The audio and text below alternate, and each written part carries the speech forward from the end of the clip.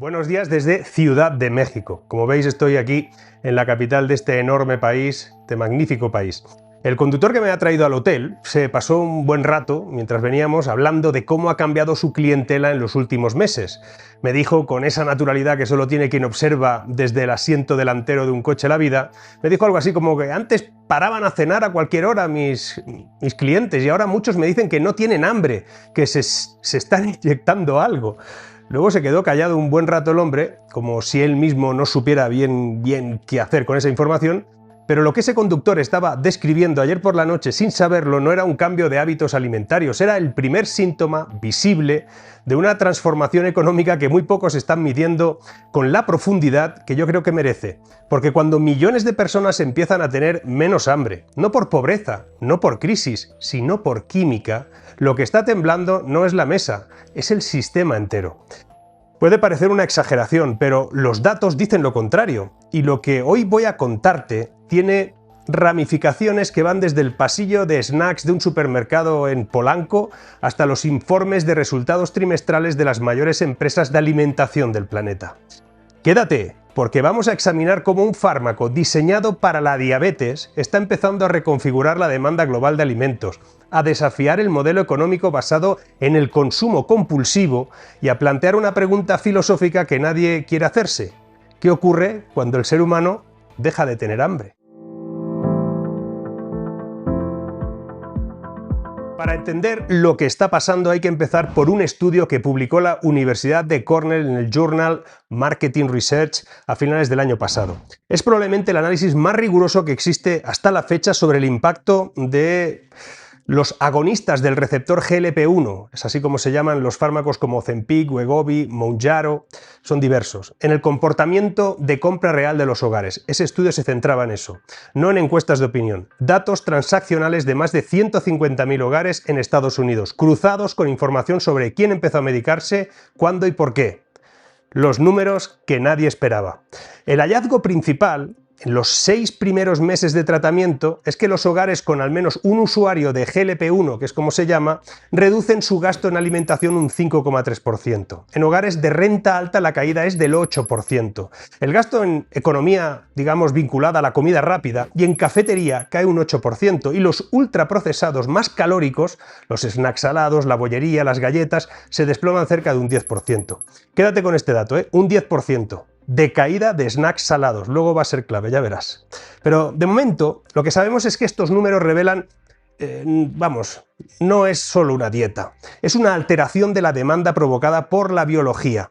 Cuando alguien deja de comprar galletas no es porque haya leído una etiqueta nutricional, es porque la semaglutida ha modificado la señal que recompensa a su cerebro asociada a ese producto. Es una inversión en el circuito del deseo. Y el fenómeno se acelera. Según Gallup, el porcentaje de adultos estadounidenses que usan GLP-1 para perder peso se duplicó entre principios del 24 y mediados del 25, pasando del 6% al 12%. Circana estima que el 23% de los hogares de Estados Unidos ya cuenta con al menos un usuario y proyecta que para 2030 esos hogares representarán el 35% de todas las unidades vendidas en alimentación y bebidas. Ojito con el tema. JP Morgan calcula que unos 25 millones de norteamericanos estarán en tratamiento de GLP-1 para finales de esta década. Esto es lo más grande que ha pasado hasta ahora en el mundo nutricional. Estamos hablando de un cambio estructural en la demanda alimentaria que no responde a inflación, a recesión ni a políticas fiscales, responde a una molécula. Y eso desde el punto de vista económico no tiene precedentes. De Copenhague a Quito, es un fenómeno global. Si alguien piensa que esto se circunscribe al mercado de Estados Unidos, se equivoca. Kantar publicó un informe que se titulaba El efecto salud. Lo elaboró con World Panel y mide por primera vez el impacto del GLP-1 en los hogares de América Latina. Ahí empezó. Los resultados son elocuentes. El 26% de los hogares de la región, 170 millones de domicilios, reconocen esos fármacos. Un 11%, aproximadamente 74 millones, afirman que los han usado o están considerando usarlos.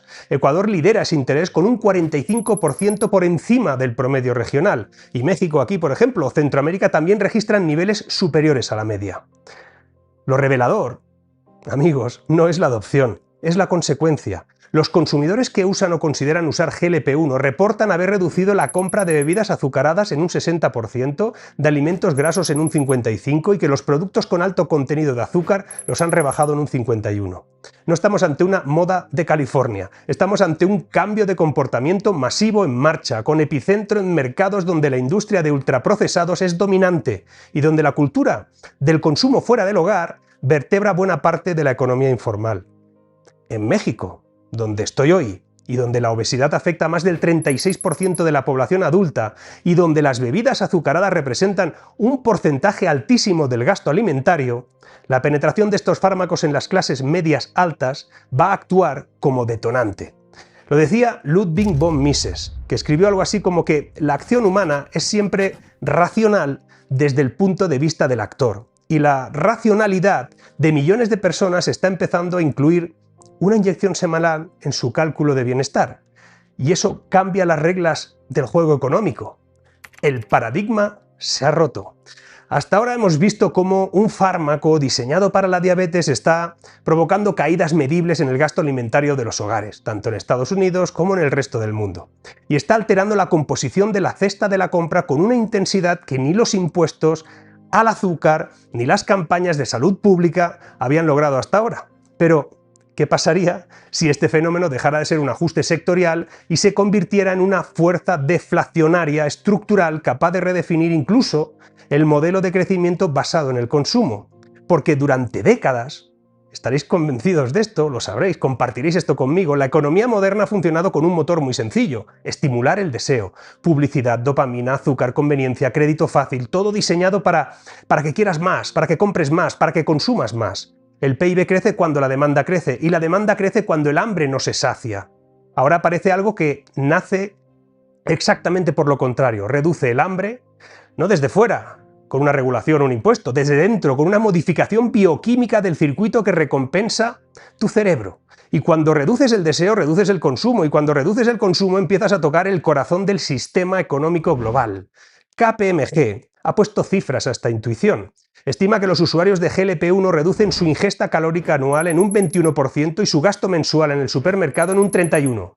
Proyecta una reducción de hasta 55.000 millones de dólares anuales en gasto de alimentación y bebidas solo en Estados Unidos. No es una caída cíclica que viene y va, es supresión del apetito sostenida en el tiempo, destrucción de demanda que tiene visos de permanencia. ¿Te acuerdas del 10% de caída de los snacks salados?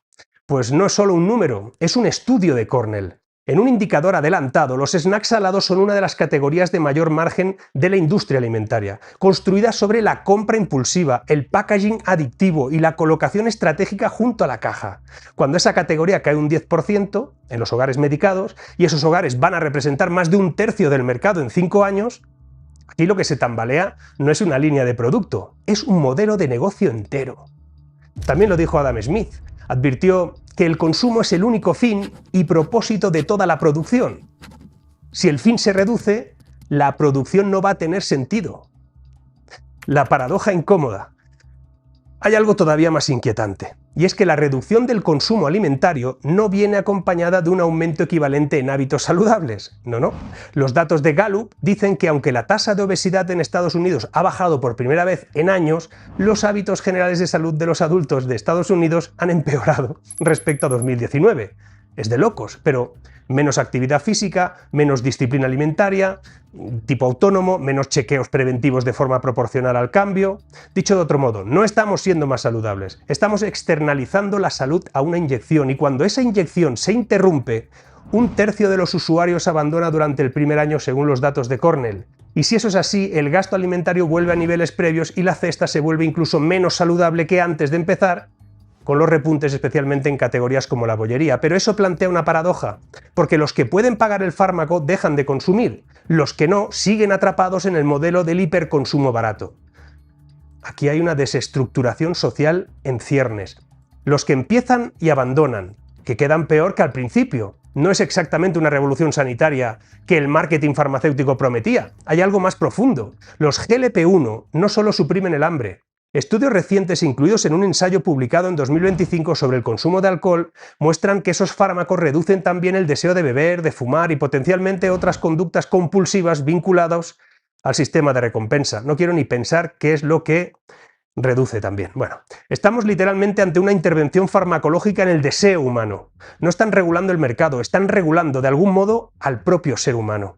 Durante años, los gobiernos intentaron frenar el consumo excesivo con impuestos etiquetando en el frente, regulando la publicidad, educando la nutrición, con resultados modestos, la verdad. Y ahora aparece un estímulo químico que hace lo que ninguna política pública ha conseguido: reducir el deseo desde dentro, sin necesidad de persuasión, sin necesidad de voluntad. Y eso, lejos de ser una solución limpia, abre una puerta que a mí me da un poquito de vértigo. Lo que queda cuando se apaga el hambre. La economía siempre ha sido en el fondo una gestión de deseo humano. Producimos porque deseamos, intercambiamos porque valoramos, crecemos porque queremos más, y ahora estamos entrando en una fase inédita, una fase en la que el deseo puede ser modulado, reducido, incluso eliminado farmacológicamente. Si reduces el deseo de consumir, reduces la presión sobre los recursos, reduces la inflación de ciertos sectores, reduces la carga sanitaria asociada a la obesidad, pero también reduces el crecimiento, reduces el empleo en industrias enteras, reduces la base sobre la que se sostiene un modelo económico que necesita expansión perpetua para no colapsar. Ozempic y sus similares, que ahora ya han perdido la patente y se han liberalizado en algunos puntos del planeta, y va a bajar los precios de todo eso, no es el problema, es el síntoma. El síntoma de una sociedad que ha llevado el exceso tan lejos que ahora necesita medicarse para dejar de querer más. El síntoma de un sistema alimentario que ha optimizado tan bien la adicción que solo una intervención biológica puede romper el ciclo. El síntoma, en definitiva, es de un modelo que ha confundido crecimiento con bienestar durante demasiado tiempo. Y aquí la cosa dejaría de ser solo macroeconómica y se tiene que volver personal. Porque cuando apagas el hambre, no solo cambias lo que comes, cambias cómo te relacionas con el placer, con la rutina, con los demás, cambias la cena del viernes con los amigos, esa copa de vino al terminar el trabajo, ese café con tu croissant de chocolate, cambias rituales que son cultura, que son identidad, que son vínculo. Y no estoy diciendo que sea bueno ni malo todo eso, estoy diciendo que merece una conversación más profunda que la que se está teniendo sobre este tema. Una conversación que no se limite a celebrar la bajada de tallas ni a demonizar a la industria farmacéutica. Una conversación sobre qué tipo de relación queremos tener con nuestro propio cuerpo, con nuestra propia voluntad, con nuestro propio modo de vida. Vida. Una vida saludable es imprescindible para pensar mejor, amar mejor, trabajar mejor, vivir mejor, ser más crítico. Una vida químicamente más saludable no sé si responde a todo eso. Yo no lo sé, no soy farmacéutico ni médico. Tal vez eso desintegra cosas que se podrían equilibrar de otro modo, me da la impresión, pero tal vez también lo más lúcido que podemos hacer no es elegir entre química o disciplina, tal vez es entender que estamos en un punto de inflexión donde la tecnología puede modificar lo que somos desde dentro y que exige una reflexión que va mucho más allá de la báscula o del ticket del supermercado. Porque cuando reduces el deseo, no solo cambia tu cuerpo, cambia tu economía, cambia la sociedad y quizá cambia lo que somos esencialmente nosotros mismos. Esto da mucho que pensar. Seguiremos investigándolo. Seguimos.